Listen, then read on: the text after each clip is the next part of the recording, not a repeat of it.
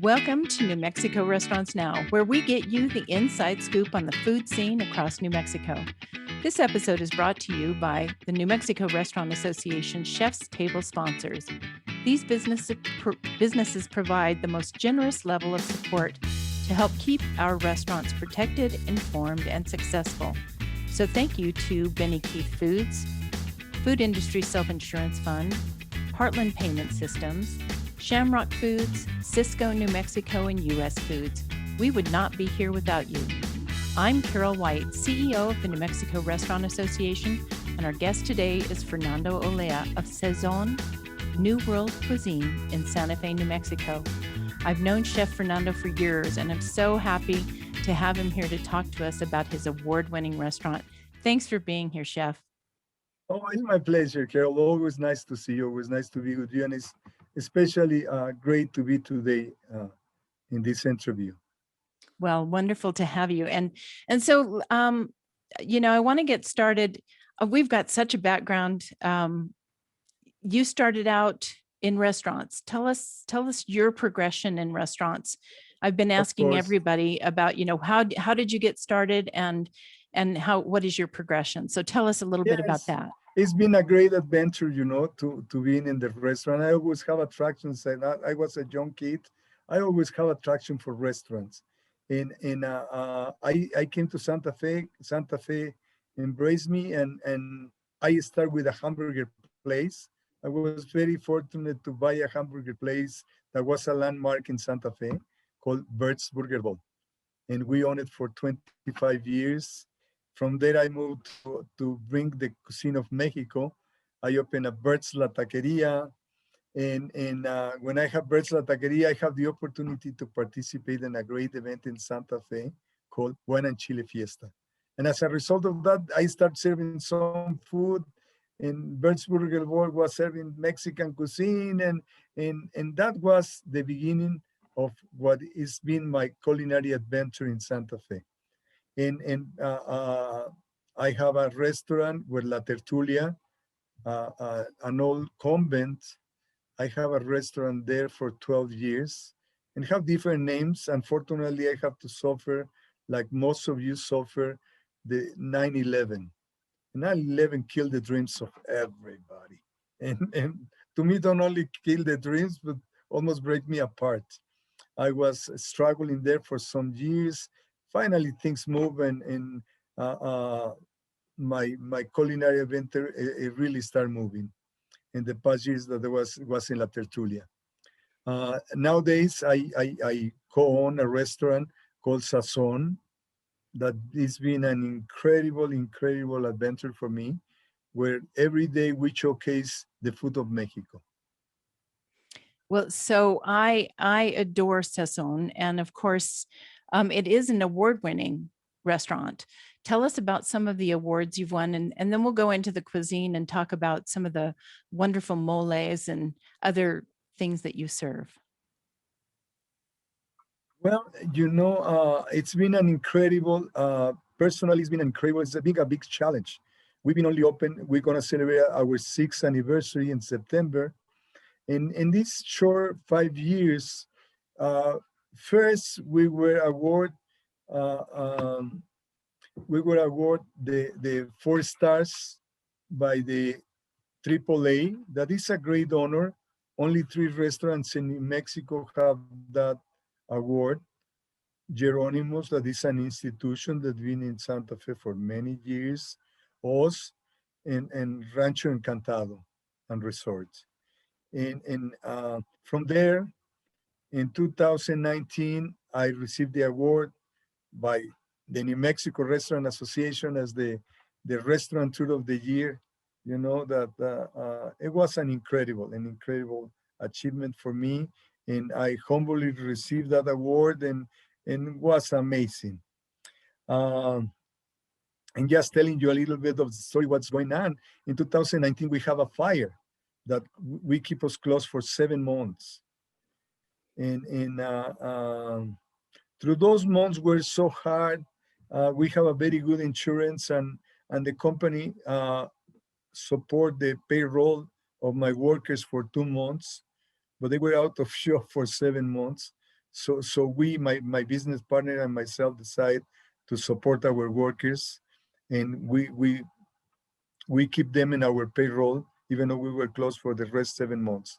We reopened in December 12th, and I was like, oh, when I find out that I was award the Face of Biodiversity by the National Restaurant Association, that I went to New York, and you joined us in that trip to receive the Faces of Biodiversity in Washington by the National Restaurant Association. Yes, And at what a that time great we were award, and what a great trip. I mean, I just have to kind of settle on that a moment, because there were only 4 awards given out that year, and every year. And Fernando was our awardee for the diversity award, and he represented us just so beautifully. So I want to thank you for that. And yeah, that was the last big trip we went on, wasn't it? that was the last trip. Like I was mentioning to you, I get the award after we been reopen only for 2 months, and we were doing so well. And when we came back from our trip from Washington, we get a surprise that we have to be closed from the COVID. At the same time, I was nominated as a chef of the Southwest by the James Beard Foundation. That is a great honor. So just to be there and be nominee, it was amazing experience. But as we were having great experiences, we have our big challenge. So we were close in March, and what I decided at that time was to keep open as delivering food.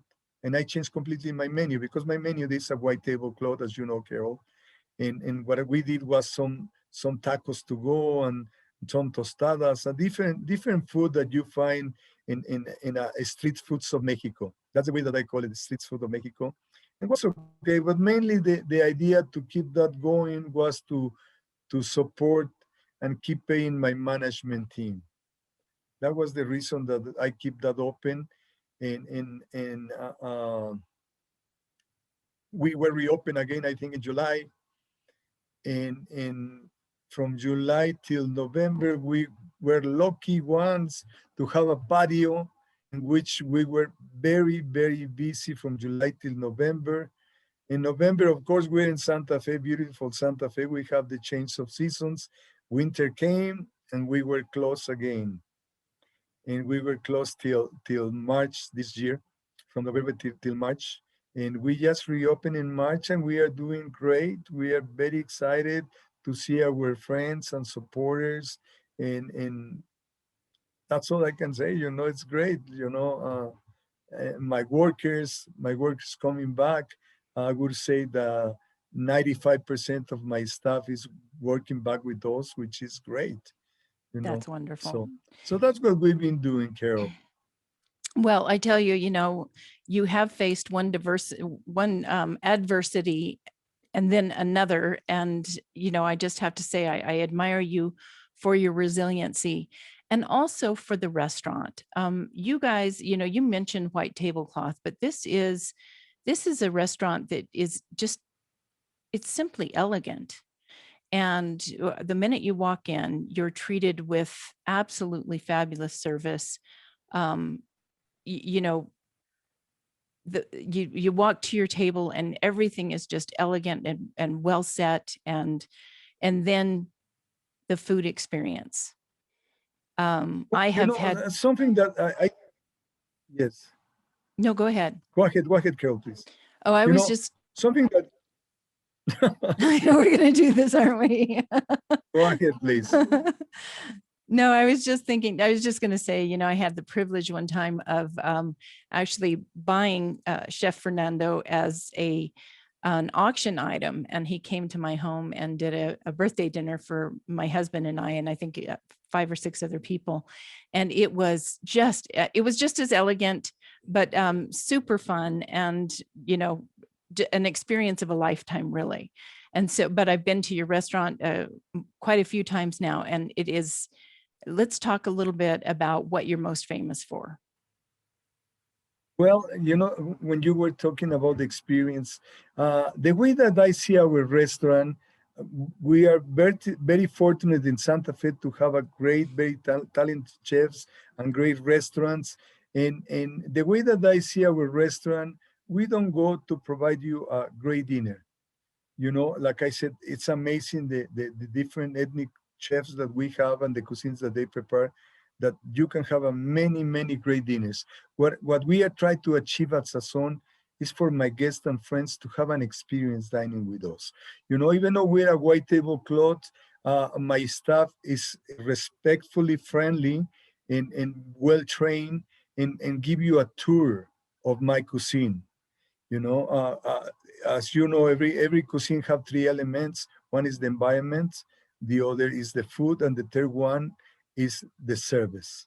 And I think that at Sazon we really have reached those three elements beautifully. If you come to Sazon and you see the paintings that we have from Mexican artists, especially you see a lots of Frida Kahlo, and that's the first welcoming that you get. From there, the staff, that our policies make everybody feel like they are dining in our homes. So it's not a restaurant; it's our homes that we're welcoming. That we are opening the doors to welcome them, and from there we go with the food. And my food, my culinary adventure, I start getting recipes from the family, adjusting it to my flavor, and that was the beginning of my culinary adventure. And what I have done through the years is incorporate flavors of the world that I enjoyed and be making be part of my cuisine. We specialize in moles, and we have a very small menu. But the reason of that small menu is because we want people to come and enjoy their evenings. No people that come and spend hours reading a menu trying to decide what they're gonna order. And we start our guests with an amuse bouche with the moles that we serve the day. And I think that is a great introduction because the guests can taste the level of heat, or the flavors profiles that I present on the tables. So let's Here. pretend like somebody doesn't know what a mole is. Can you tell us? Yes, of course. Mole is being sold as the salts made with chocolate, very complex. Uh, and it really, what mole is the salts of the Mexican cuisine. It's not one mole. We have hundreds of moles. Each town, each state, each city, each family, each restaurant have their own moles. And so some of them, they are very complex, like the mole that give name to the moles in the world, that is called the mole poblano. That have the complete recipe. They are small versions, or not as complex as the main recipe. Have 36 different ingredients, of which uh, have three chiles that we call it the trinity of the chiles: the chile ancho, chile pasilla, and chile mulato. You know, and we call the trinity because you find it through all over Mexico in different dishes and different moles. And so people always ask me a question that always comes is, so how do you define mole? Well, mole is a mix of ingredients. Mix of ingredients, no different than a salsas. And I know that everybody knows salsas. I think that for what I hear nowadays, salsas are more popular than ketchup in the restaurants. Well, it's hard to believe, but they really have gained a momentum in the kitchens. And the big difference between moles and salsas is a mix of ingredients with only common ingredient chile.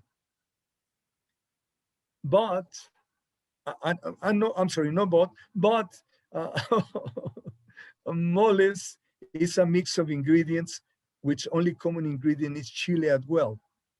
The difference between the two of them is that salsas are used as a condiment on the table.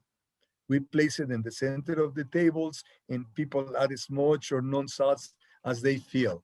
A difference that moles themselves, they are a dish in which traditionally we cook the proteins of vegetables in the mole and serve it as a dish. So that's what we do at Sazon.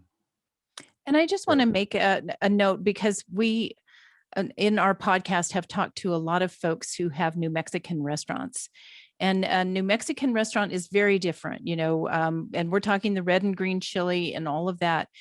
But what you do is really from deep in Mexico, Yeah, which is very different from what we have here in New Mexico. And so again, it's a different experience. It's a wonderful experience. yeah, and now that you mentioned about green and red chile, I remember when I moved to New Mexico, I was living in Minneapolis for 7 years.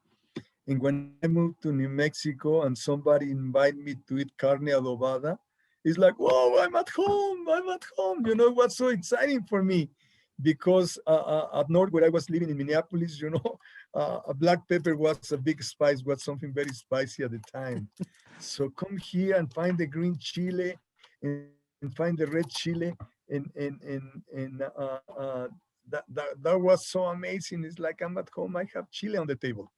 And like you said, New Mexican cuisine is incredible. Uh, of course, the big difference between New Mexican cuisine and Mexican cuisine is the abundance or the variety of chiles. As you know, New Mexico have green and red, and Mexico have from white to black, any color that you can imagine. We have, as I understand, uh, over 200 varieties of chiles that we have different applications. Some of they are dry, some of they are fresh, and you find some chili that in the freshest state change from green to yellow to red to orange and to black, and it's just amazing. So, and the biodiversity of the Mexican cuisine, that's what makes it so special. In Mexico, if you travel 200 miles, it's completely different fruits, different vegetables, different animals. So what really make Mexican cuisine so extensive that the only way that you compare Mexican cuisine is if you travel to Europe, to different countries. But in this case, you find it in one incredible country. So, and I believe that too. And some of the best restaurants I've ever been to were in Mexico, just across the border in Juarez, before Juarez became kind of a problem.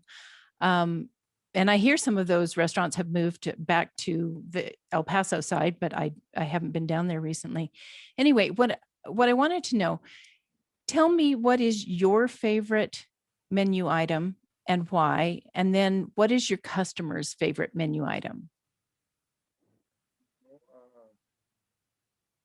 All the items are favorites to the customer. Like I mentioned, we have a small menu, but they are a couple dishes that they really jump to my mind. In one of them, I have a sopa that I call it sopa de amor. Oh, And in the sopa de amor, I play with hot, cold, sweet, savory, and basically what it is a cream of poblano pepper with a lump of a blue crab. This is served hot in temperature and savory, and it's topped with amaretto foam, cold and sweet, is sprinkled with some chocolate. And people really have enjoyed through these years. And I think that it's a very special soup. so I have to You, comment on sopa de amor. It's probably my favorite dish I've ever had. And my husband too. It's one of those things that you go in and you're not sure what your palate is going to experience, and your palate just experiences everything it possibly can. It's amazing. It really is. And you don't get a large portion. But it's rich, no, and it, it's yeah, perfect. it have grown. Originally, when I started serving sopa de amor, I used to serve it in an espresso cup. And I thought that was a little too small. But from there it grew. And now the portion that we use is around 4 ounces. Mhm. That when people finish the last spoon, most of my guests wish to have more soup. But that's the idea. The idea is that they finish and they keep a memory of that soup. Uh, uh, that's the way that I feel it with the sopa de amor. It's something very special that I have had the fortune to create. I think that I have my little ratatouille here telling me what to do, and that's the way that I have developed some of the recipes that I really don't figure out how did I did it.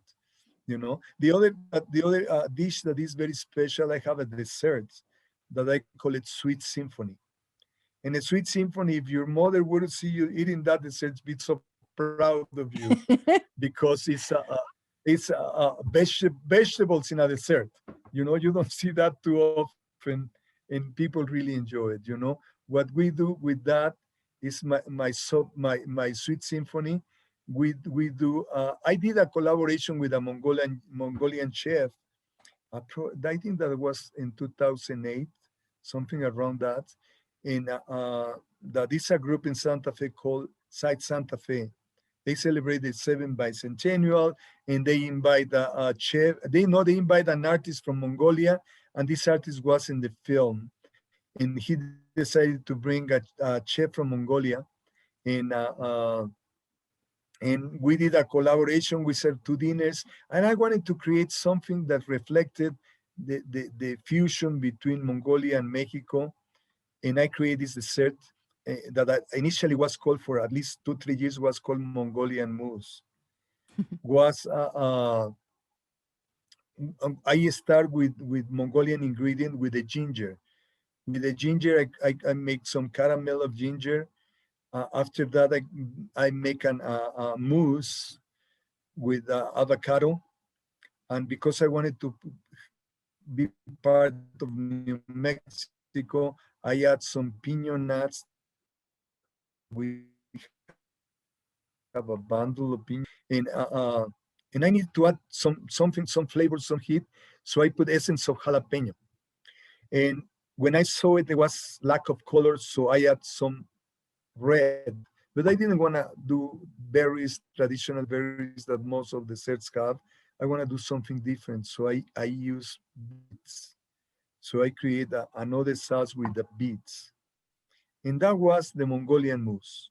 Was a mousse, a refrigerator temperature that I served like a 2-3 years, and from there, one day by accident, that Mongolian mousse, I have to serve it, and it was in the freezer, and I have to serve it like an ice cream.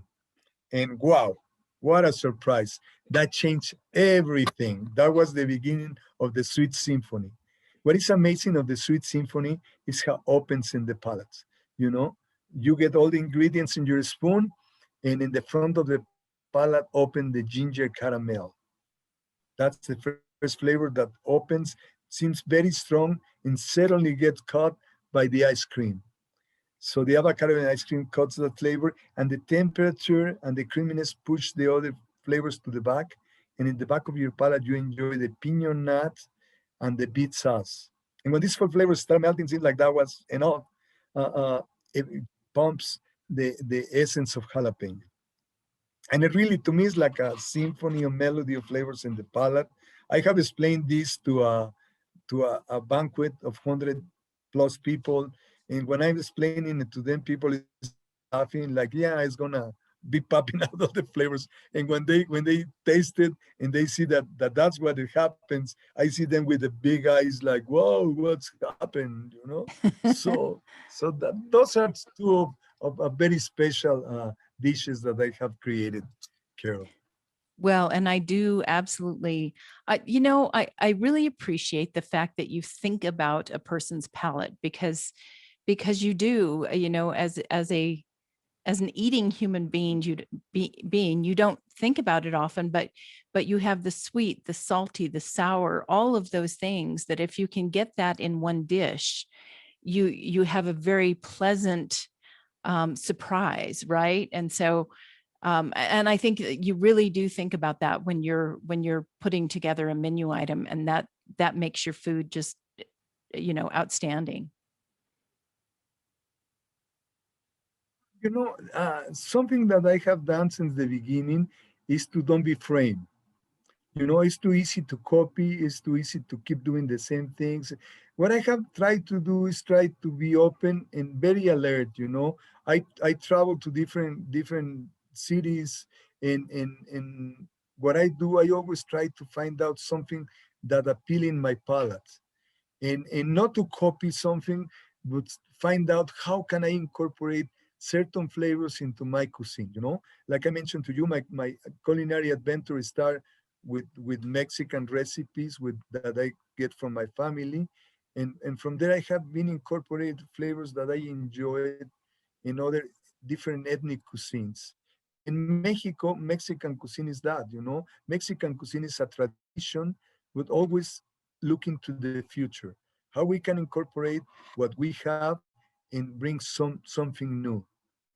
If you travel to Mexico, you will discover an incredible city, especially if you travel to Mexico City. It's like you don't imagine what you're gonna find in Mexico City. Uh, and at the same time, when I start serving my food, I have to change the name of my cuisine. I was calling it Mexican, traditional and innovative Mexican cuisine. That was my slogan for many years. And what I hear from some of the concierges, that they've been big supporters of my culinary adventure, that sometimes customers didn't want to come dine with me because they wanted to have a nice dinner. They didn't want a Mexican dinner. And I don't know why was the idea that Mexican cuisine, it need to be something that is not special for a dinner. Maybe because they were thinking something casual like burritos or tacos or Yeah. something like that. But Mexican cuisine is very extent. We have a big variety of techniques, of food, of presentations. But anyways, I have to change it from Mexican. My cuisine is called, as you mentioned in the beginning of your interview, is New World Cuisine. And that was the Yes. reason that I moved it from Mexican to New World, so people really were open to try it. Well, very good. And I know we're running out of time, but we didn't get to talk about mezcal and tequila, and Oh, some of my best experiences have been, drinking at your restaurant, and learning about mezcals and learning about all of those things. So I, tell us quickly, just a little yes, bit of about course. mezcal, because a lot of people know about tequila, but they don't know the differences in the mezcals, and that they're so much better than they used to be. Well, something that people don't know, and I didn't know until recently. I was born and raised in Mexico City, and for many years I thought that mezcals was that type of tequila that wasn't good enough, and because it wasn't good, they call it mezcals. I was so ignorant. So when I And when they I put a find out worm that in it, all. right? Yes, and they put the worm just to make it hallucinate or what, No, but just after that I learned about mezcals, tequilas, and to start with talking about mezcals and tequilas, the whole universe of spirits produced in Mexico from agave, they are called mezcals. And in this group of mezcals is one spirit called tequila, one spirit called mezcal, one spirit called sotol, bacanora, raicilla, that they are produced from agave with the big characteristic that every tequila is produced from the blue agave. I was in Mexico last week, and I was talking with some of my family, and they were telling me, well, tequila have the denomination of origin. So in order to be tequila, need to be produced in Jalisco, in the city called Tequila. Tequila have the denomination of origin. That's true. Need to be produced in Mexico. But tequila is not only produced in the city called Tequila, and only in the state of Jalisco. Tequila is produced in 6 different states in Mexico. And it can be called tequila, but need to follow certain procedures and always being used the blue agave. As well, in those states, they produce mezcals. And mezcals, the big difference of mezcals is that mezcal is produced with 32 varieties of agave, being the most popular espadin. And from there you have wild agaves like a tobala, and the palate, the difference is the smokiness. And this is result of the elaboration in these spirits. You know, the smokiness start in the moment that the piñas, that is the center of the agaves, they are roasted. In the case of tequilas, they are baking ovens, in giant ovens. And in the case of the mezcals, they are cooked in a pit where they have different layers of hardwood and volcanic rock. And that's where the smokiness come. And at the end, when you rested in oak barrels that they've been used previously for other spirits, they finish getting the smokiness of the mezcal. Very interesting. See, and so here's the thing, is that you just have to go to Sazon if you're in Santa Fe. And is it hard to get a reservation? I mean, I know right now, because we're just getting back into, you know, the swing of things with the gated criteria and all of that coming out of COVID. But usually, I mean, it was not always easy to get a reservation. So if you're going and you're planning on this, it's something to plan ahead of time. Get a reservation at Sazon. And how do you do that? Give me your website. Yes, you know, the way that you can make a reservation at Sazon is through Open Table. That's what we recommended to do. And just look Sazon Santa Fe and you will find an Open Table. Otherwise, you can give us a call, and our phone number is 505-983-8406. Oh my God. 505, let me check it out, okay? It's, I thought I sound pretty good, very sure. I usually don't call to the I thought restaurant. maybe the So internet went out. Go ahead. yeah, no.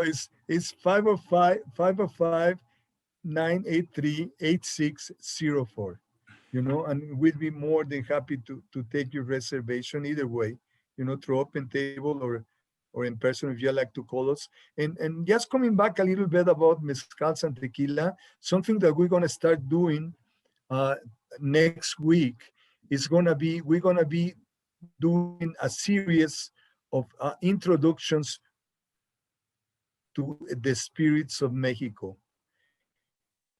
And we start Wednesdays and Fridays at 4:00 the space, where we're gonna showcase the first spirits of Mexico. There's gonna be tequila, sotol, mezcal, raicilla, bacanora. We do a flight. And Nice. it's $45.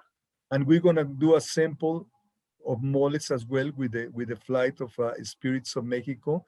From there, and I just give you a little previews, we still don't have the dates, but we start introducing people into the Spirits of Mexico.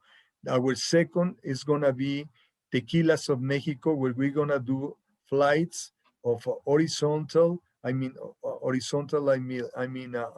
the same spirit, the same tequila, and we're gonna do a vertical where we're gonna do añejos, reposados, jóvenes, blancos. That will be another. Another what we're gonna do a flight of mezcals. That's gonna be other day where we're gonna showcase pechuga mezcals. And pechuga mezcals, just very, very brief, I'm gonna tell you a little bit about that. Pechuga mezcal those are the mezcal that as a part of the elaboration before they are distilled, we introduce a smoked chicken breast that give it an incredible complexity to the mezcal. And these are made in a very limited edition. And before they do this ceremony, they pray and they do a big ceremony, you know. So that was gonna be another day that we're gonna have pechuga mezcals, and we're gonna finish with the ultra premium tequilas. And that be a little expensive, but believe me, for people that is fun or want to get into the spirits of Mexico, it's gonna be worth every penny because they will enjoy it. And it's not gonna be that we're gonna give it a fly and tell you, read the fly. We're gonna really guide our guests and bring it to Mexico, to the spirits of Mexico. That sounds absolutely amazing, and I can't wait to get up to Santa Fe this summer and start trying that. Now, if people want to see what you're Well, all you're gonna about, say that. Am I going to Carol, wait you're until gonna have summer? to. Yeah, you can come any day, Carol. So, but like I said, it's gonna be you need to play here with us 4 days. So we really get you from the basics of the spirits of Mexico to the premiums, the very premiums that we are the fortune to be select those tequilas and have it in our bar, the ultra premium tequilas. It's gonna be an adventure that will take four days to enjoy them. Well, no, and here's the thing: is you always get me a little bit drunk when I go to your bar, so I got to be careful. No, it sounds absolutely wonderful, and I can't wait for folks No, to try it. That's okay. Something that we have in Santa Fe, Carol, as you know, it's no problem. I'm in the middle of all the hotels of Santa Fe. You are. It's in walking distance of hotels. everything. So as people are going to your restaurant, it is, if you're in on the plaza, it's just right off of the plaza. So I'm just telling you, it's easy to get to, and it's right near your hotel, so you don't have to do any driving. It's it's the best. And we do have to go because we are out of time. Fernando, you and I could go on forever. I was having such a good time, Carol. I can be here all day. We could talk It's forever. Great to chat it's with true. you. Well, and we will do this again. Okay. Yes. Well, yeah. Soon. I want to thank our generous thanks a lot. sponsors. Thank you for having me Thank here. you. Thanks, Fernando. And I want to thank our generous sponsors: U.S. Foods, My Cisco, New pleasure. Mexico, Shamrock Foods, Heartland Payment Systems, Food Industry Self-Insurance Fund, and Benny Keith Foods for their annual sponsorship of NMRA and its programs. Visit nmrestaurants.org to learn more about the association and our Chef's Table sponsors. And thanks for tuning in to New Mexico Restaurants Now. You can watch this and other episodes on the New Mexico Restaurants Now YouTube channel, and you can subscribe to the audio podcast at Apple Podcasts, Spotify, and Amazon Music. Thanks for being here.